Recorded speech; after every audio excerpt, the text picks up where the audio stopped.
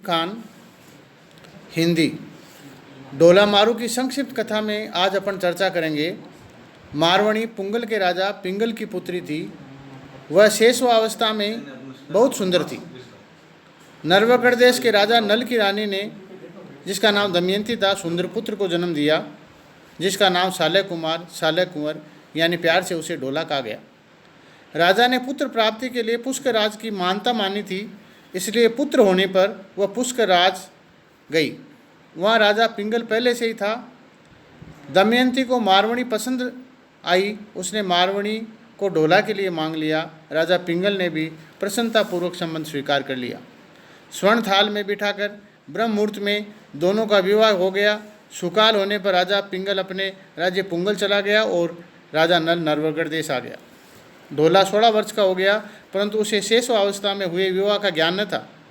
राजा नल का भी आदेश था कि डोला को प्रथम विवाह की बात नहीं बताई जाए। समय आने पर डोला का विवाह मालवा के राजा की राजकन्या मालवणी के साथ कर दिया गया। मालवणी भी बहुत सुंदर थी। उसने अपने रूप यौवन से डोला को अपने वश में कर लिया। एक दिन मालवणी अपनी सास के चरण स्पर्श करने गई।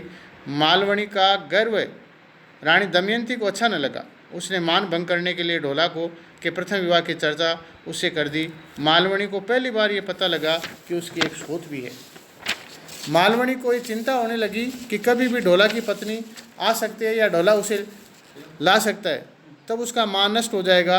एक दिन डोला को प्रसन्न कर उसने चारों रास्तों पर कब्जा कर लिया। उन चारों रास्तों पर अपने आदमी रखवा लिए और पुंगल से आने वाले किसी भी आदमी को जिंदा नहीं छोड़ा जाए, ऐसा आदेश मनवा लिया।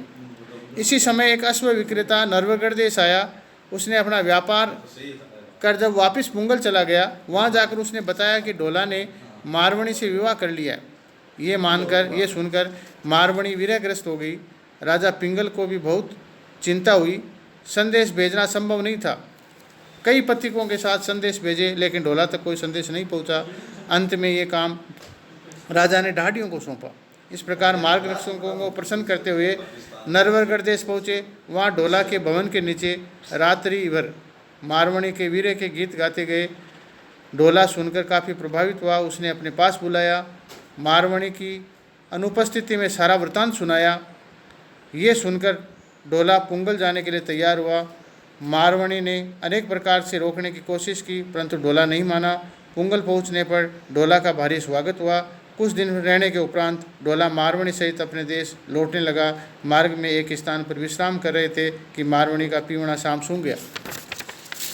डोला मारवाणी की चिता जला ही रहा था कि शिव पार्वती का रूप धारण कर उपस्थित हुए। योगिन का आग्रह पर योगी ने मारवाणी को पुनः जीवित कर दिया। रास्ते में उमरा सुमरा ने भी काफ़ी परेशान किया। वह मारवाणी का विवाह करना चाहता था, परंतु एक गायिका के संकेत से मारवाणी समझ कर ऊँट पर सवार होकर भाग निकले। नरवगढ़ देश पहुँच गए। उनके साथ डोला और अपनी पत्नी के साथ प्रसन्नतापूर्वक रहने लगा। धन्यवाद।